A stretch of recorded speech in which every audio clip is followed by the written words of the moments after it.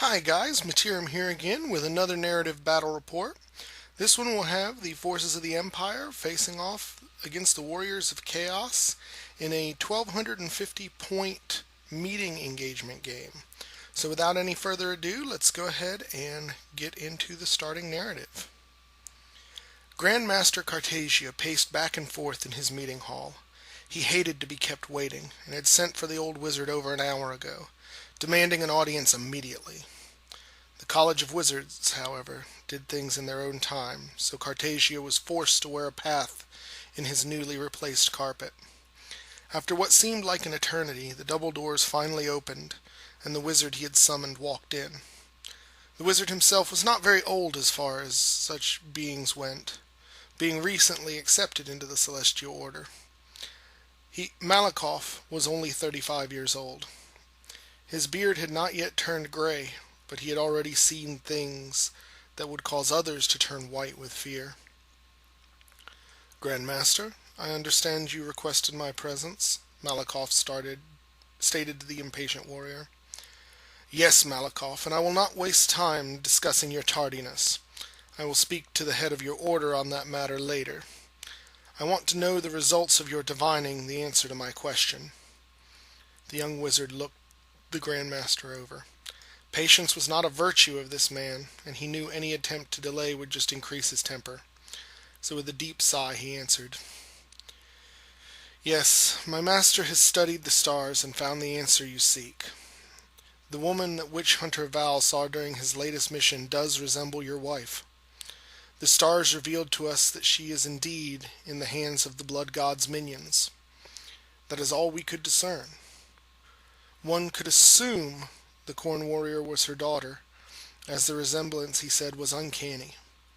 However, he could not get close enough to determine for certain or of the status of your wife, Priscilla." Cartagia glared at the wizard for a moment longer, then lowered his eyes to the floor. He was hoping for that answer, but now his sadness in not searching for his beloved began to take hold. He remembered the battle in which she was lost, the attack upon his small keep by the warriors of the Blood God, and how they killed nearly everyone to a man. He saw the destroyed keep from the battlefield. By the time he and what was left of his troops had arrived, it was engulfed in flames. He had no idea she had survived until Val's mission, to find out why the Bretonnians were sending large amounts of troops into the Blood God's lands. "My lord, my master has given a suggestion to you. Val knows the area very well. Perhaps if you were to send a small party into the lands, a party that could remain hidden for as long as possible, you may be able to determine more, and even find out about your wife. I'm sure the Grey Order will have someone available who could help this incursion to go quietly." Cartagia did not even look up as he addressed the wizard. "Have Lord Elrock the Grey come see me as soon as possible. I will inform Val that he is to go back and find out more. If she is alive, and this barbarian leader is her daughter, we must make sure they come home as quickly and as safely as possible." So, having been sent into the warriors' lands to find out more about the true identity of Anja Snowmane, the Witch Hunter Val and his forces stumble right into the very same Anja Snowmane and a raiding party. And so we are representing this game as a meeting engagement as the two forces come upon each other. And this is what we're using for the board. Very little in the way of terrain. Mysterious forest in the center. Two normal buildings on the left side. And a mist-wreathed swamp there at the top. There may be another forest somewhere else, maybe in that back corner, but I don't remember. I think it was only 5 pieces of terrain that went down. So being such a small force, at 1,250 points, each side only has 3 units. So this will probably end up being a relatively quick battle, but a pretty bloody one because there's not a lot of tricks in either side of the army. So let's go ahead and get on to the deployment. Now, I'll go ahead and say this up front. I misplaced the army lists that the two players gave me. So everything I'm about to go over as far as deployment is totally 100% from memory, and I'm not very familiar with the army, so this could be a little interesting. Here we have on the Warriors of Chaos side, we have a unit of 10 Chaos Knights. They have Mark of Corn and full command to them. I don't believe there's anything else special about them. Then we have a unit of looks like 25 Chaos Warriors of Corn with Anja Snowmane, the general of this force, in there. Now, I don't remember exactly what Anja was kitted out with, but I believe she only had an armor save. I don't remember her throwing any ward saves.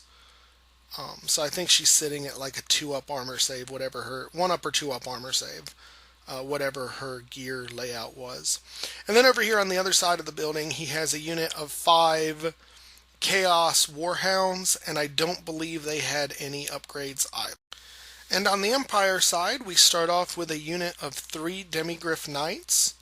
They have full command, and I believe they were equipped with lances instead of the halberds. I think mainly as a cost-saving measure at this point. Then we go over to the rest. He has a unit of, I believe that's 20 halberdiers with his Witch Hunter general in there, and a detachment of 10 archers. In the top of the ruined tower there, we have an Empire Great Cannon. And since we're doing meeting engagement, there is a random chance that your units turn out to be reinforcements.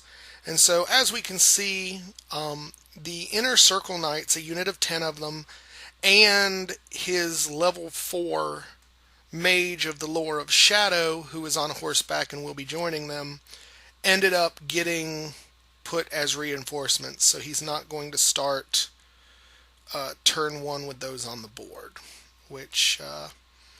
I guess it could have been worse, but that's not necessarily a good thing. So the Warriors of Chaos ended up getting first turn, and as you can see, they started it off very aggressively. The Chaos Knights succeeded I think it was a 13-inch charge to get into the face of the Demigryphs. I think this is a good matchup. The Chaos Knights can do a lot of damage, but those Demigryphs are really hard to kill. So I think the Demigryphs might be able to actually hold them up there for a while. Over on this flank, you see that his Chaos Hounds have sort of circled around and are coming for the Great Cannon. And pretty much there's not a whole lot of great targets for the Great Cannon. So it's just going to be taking shots at whatever it can hit just to try and thin down some numbers. So I think putting the pressure on it early with the dogs was definitely a wise choice.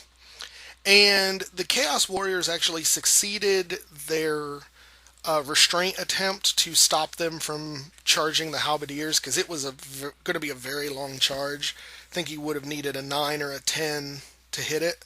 So he wanted to kind of reposition himself a little bit and move a little closer so that if the Empire didn't charge him next turn, that he would have a pretty easy charge in there. So, I think magic was pretty much a bust. Well, there was no magic on the Corn side, of course. And no shooting, so we went straight into combat. The challenge went on.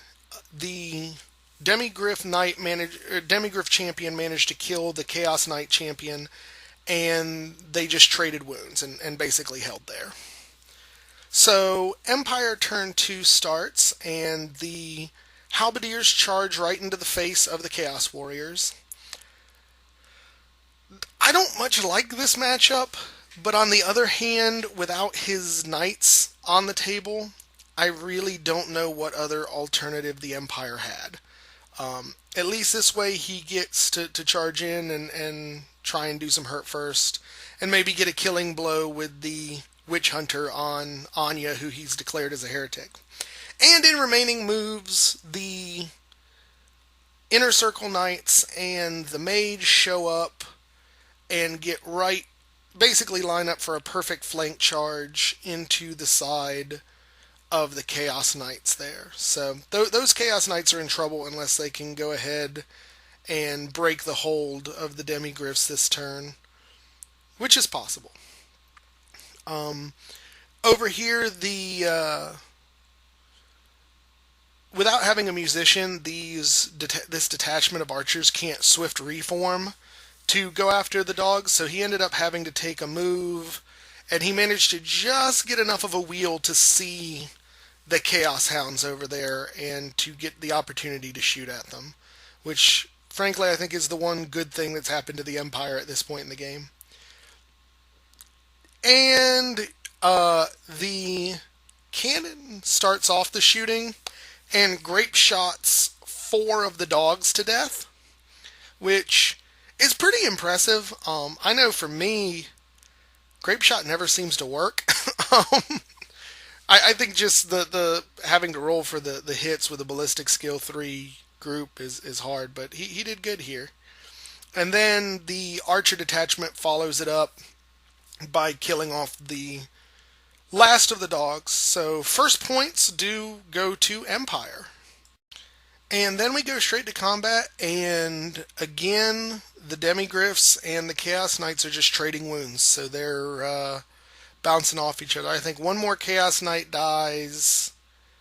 Oh, that spell behind there. Yeah, that's actually something I should note. The wizard managed to get the withering off, so those Chaos Knights are down to like 1 toughness, and he's still only able to kill about 1 a turn, which is not good. And then over here, as pretty much predicted, the Chaos Knights just beat the tar out of the Halberdiers and break them.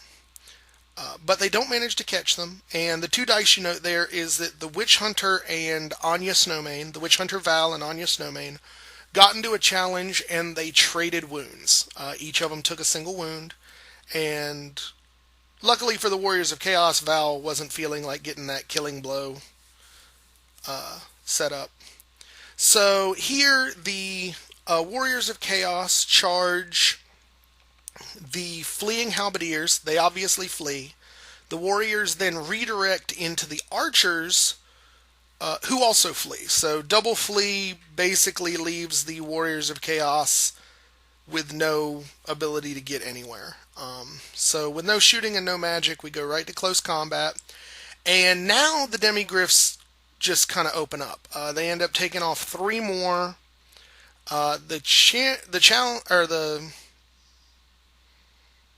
champion has taken like 1 wound or 2 maybe, and then there's 2 wounds on the unit itself. So he's done. Is starting to chop down those Demigryphs, but he's losing the ability to keep doing so. And here is where things just get worse for the Warriors of Chaos. Start of Empire turn, they just land a big old charge into the flank there. And with the way it works, it's just not looking good for those Chaos Knights. But at this point, he's hoping he can just hold on until the Warriors can come get involved and hopefully get the points for those Demigryphs. And both the Halberdiers and the Bowmen rallied.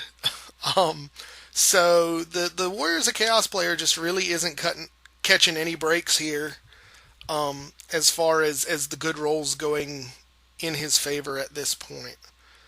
So I think it's top of 3, and he still hasn't caught any points. Although he is dealing with some fairly depleted units, except for that Inner Circle Knight unit.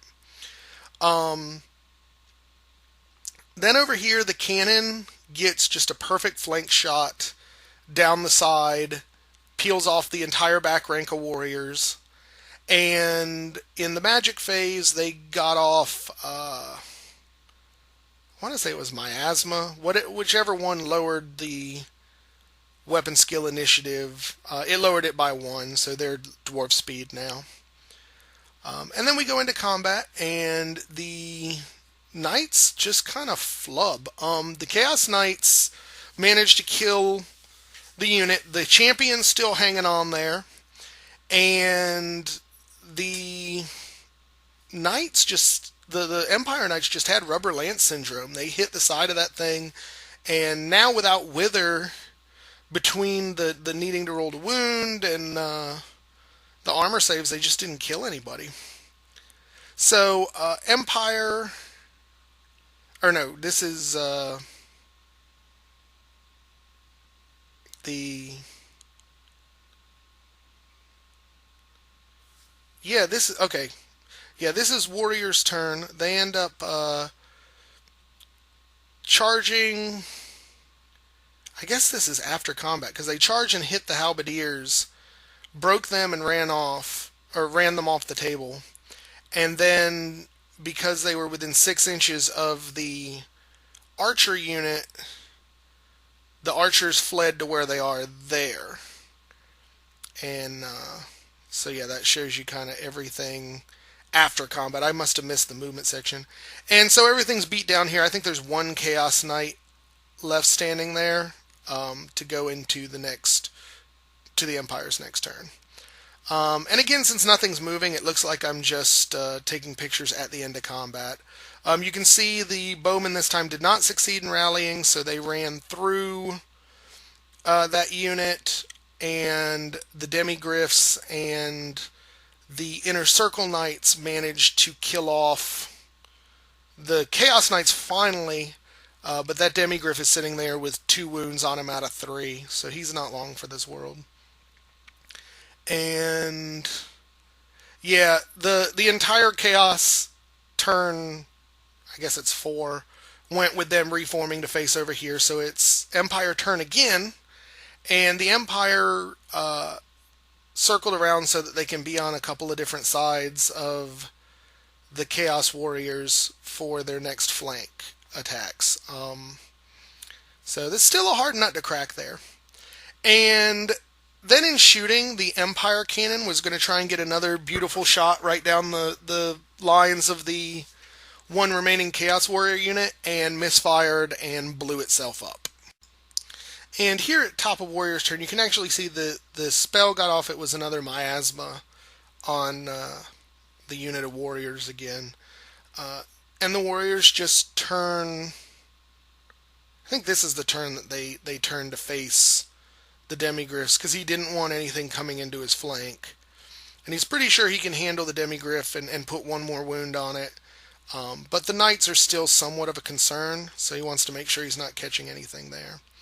So, Empire turn... I think this is turn 5. Sorry, they were going so fast at this point, I've kind of lost track. But, yeah, everything charges into the front here. I think they both kind of realize that this is going to be the fight that will decide things. As Anja's still there, there's the level 4 of Shadow that's still there, Elkar, and 2 big units. And the poor bowman just got the hell out of Dodge. I guess facing 2 onslaughts from the Warriors of Chaos and seeing their parrot unit butchered to a man was just too much for them. So they decided to go ahead and get while the getting's good. And I guess they're headed back to Cartagia to report what they found and the ass kicking they received. So, yeah, this fight just went all sorts of bad for the Empire. The one remaining demigriff was butchered, and several of the knights died too. And they turned and fled. The warriors didn't catch them, but when they ran into this mystery swamp, they lost like 3 guys from the dangerous terrain. And so they're now like 2 inches apart, and it's about to be the warriors' turn, bottom of 6. And as you can see, this is the last picture. The warriors simply had to charge and ended up catching the knights, who rolled like garbage for their flee check, or their flee distance. And the warriors ran them down and killed them to a man. So That's pretty much where we're left off, with only that warrior unit and Anja Snowmane on the table. The wind howled across the blood-stained plain, the anguished cries of the wounded carrying through the air to Anya's ears as she stalked across the battlefield, her gaze darting from body to body. Her warriors were busy removing the heads of the men who had died in the battle and gathering survivors to be taken back to the Snowmane camp as slaves. The cold bit at the bullet wound in her shoulder that had come from the pistol of the Imperial Witch Hunter, but she gave it no thought beyond her seething desire to find his body amongst the others. Finally, her eyes caught sight of a brown-cloaked body dragging itself from corpse to corpse, trying to remain hidden from the eyes of the raiders. It took but a moment to pursue the crawling body, pressing her boot into his back and forcing his face into the mud. The witch hunter let out a grunt as the air was forced from his lungs. "Kill me and be quick about it, heretic. I will tell you nothing." Witch Hunter Val snarled up at the warrior woman, spitting blood. He already knew he would not escape from this field alive. He could not allow himself to be taken prisoner by heretics such as these. Anya's lips turned into an eerily gentle smile before she spoke. "You will die, that is certain. It is already written in your blood. You have trespassed upon the lands of the Snowmane, and your men pay that toll with their lives." "Why are you telling me this if I am already a dead man?" Val struggled to speak, blood choking in his throat. As he strained to look up at the woman towering over him, he could see the resemblance she had to Grandmaster Cartesia's wife. She would have been the perfect image of her mother, if not for those hate-filled, blood-red eyes that stared down at him. He only hoped that some of his men had escaped to confirm his master's suspicions. Anya's smile faded as she continued. "Your blood will remember, and your chief will receive it." Without another word, Anja tightened her grip around her axe before severing the witch hunter's head from his body in a single clean blow. She watched as the blood pumped for a few moments from the man's neck before she knelt and placed her hands into the pooling liquid. With her right hand, she smeared the blood across her face, while smearing the blood from her left across her breasts. She then turned her face to the sky and let out a blood-curdling scream, crying her fury and ecstasy to the blood god. As her cry dwindled, Champion Balgruuf approached. "We found the camp," he reported. Anya's chest heaved, her breath still heavy. "Good. Take the bodies and stake them where they will be seen from their camp. I will take their skulls and the slaves to my father immediately." So, this was definitely a great game. It was very close for a long time. We were sitting around just kind of chatting about it, and it was really, until that very last turn, it was hard to say who was going to pull this one out. But the Warriors of Chaos did win. They did table the Empire. But as we saw, the one archer detachment did survive to return to General Cartesia and bring him news of the presence of his wife and her daughter in the camp of the Snowmane tribe. So definitely an interesting way to continue the story. And now that we're starting to reveal the true connection that the Empire has to things, I really can't wait to see where they go from here. As far as the game itself, like I said, I thought it was great. Both players went with very simple lists, but very bloody ones. I think one of the mistakes that the Empire player made, perhaps, is thinking that the Witch Hunter is a melee, a close combat character. Despite what benefits that they get, I really don't think they are. The ability to use those pistols to sniper, your heretic out of a unit, really should have had him probably with the detachment of archers instead of with the main group of halberdiers. But that's just kind of my thoughts. I thought the two teams were very well matched, and it really came down to perhaps the ill-advised nature of the final attack into the warriors and just some bad dice luck at the wrong times.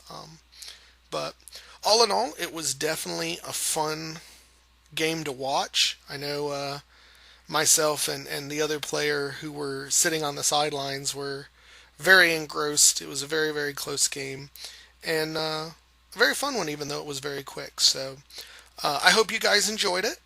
If you liked what you saw or enjoyed the narrative, please like, subscribe, and comment below. This is game one of two narrative games we got done last night, so I'm hoping to have the next one up as soon as possible. So, again, thank you guys for watching, and we will catch you next time.